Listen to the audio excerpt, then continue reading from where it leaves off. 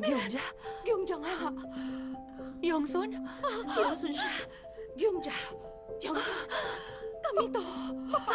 Paano nangyari to? Yongsun, tama ka. Walang pinagbago si Miran. Kayo nga. Hindi ako magpaniwala. Miran!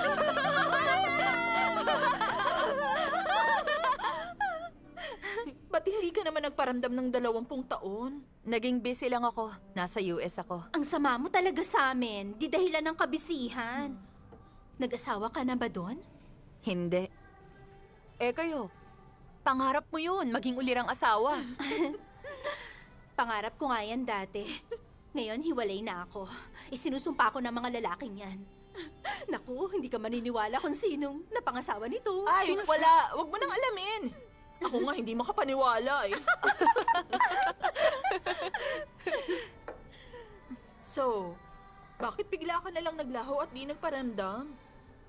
Kung ano-ano nang naisip naming nangyari sa'yo eh. Ay, oo. Ang daming karumal-dumal na nangyari nun eh. At ang sabi sa amin ng mama mo, pumunta ka nga raw sa US para mag-aral.